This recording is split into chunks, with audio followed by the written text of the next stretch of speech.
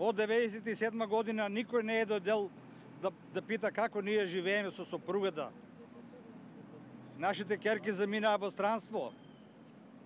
Благодарение на и се намали невработеноста во Македонија, што многу ги избега народ од овде.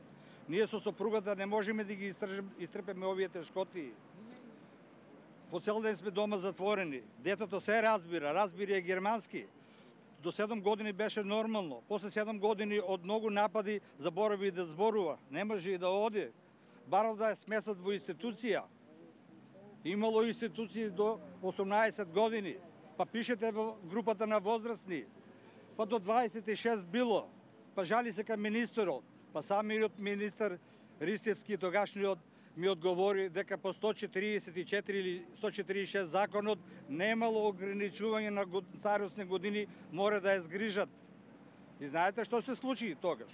Ми рекоа со обична кола да ја вадам од количката, да ја ставам и да одам во Сдруженијето за дневните центар. А дневниот центар знаете каков е?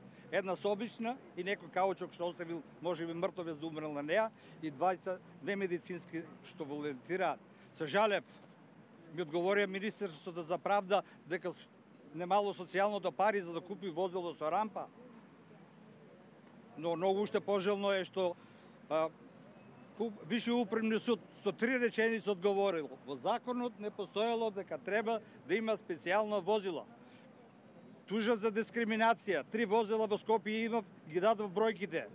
Тие не ми одговарат дека во Скопје има и дека е дискриминирана, туку во Штип ги носеле така. Да, ама деца до 15 кила. Нека покуше некој овде и сами министер нека дојде, нека крене и да ја однесе. Нека виде Европа во каква држава ние живееме, другари. 2011 повторно отидов во Германија. За 2,5 месеца не вратија. Зошто?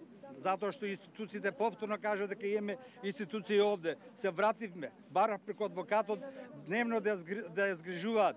Чекав 6 месеци, не ми одговорија. Министерството за здравство ми одговори дека адвокатот не поднесел документи. И ги дадов документи дека адвокатот поднесол документи.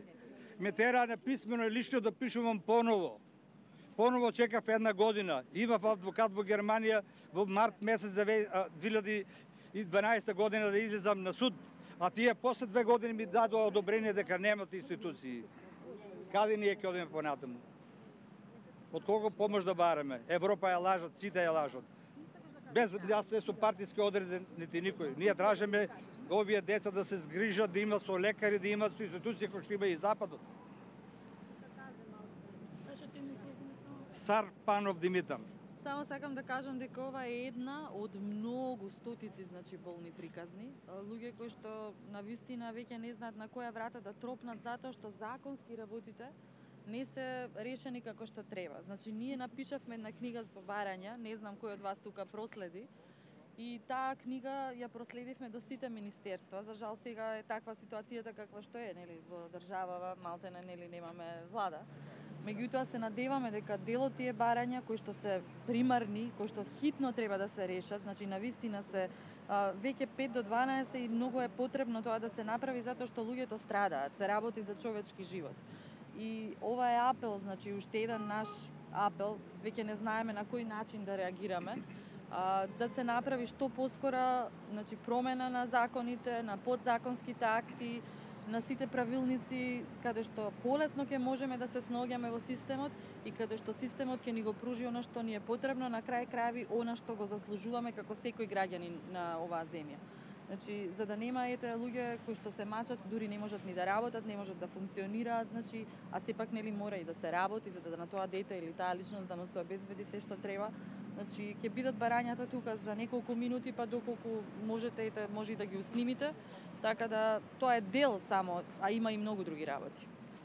Ако може да кажем уште нешто, државата да не се крие за Сдруженијата на инвалиди и за слепи, затоа што председателите взимаат пари, си шетаат на одмори и си ги штитат само нивните интереси.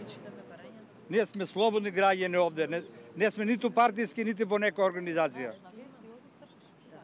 Тие државата што ги взимаат парите си ги става во джеп и си кјутат на нив им јарно, а на останатите не.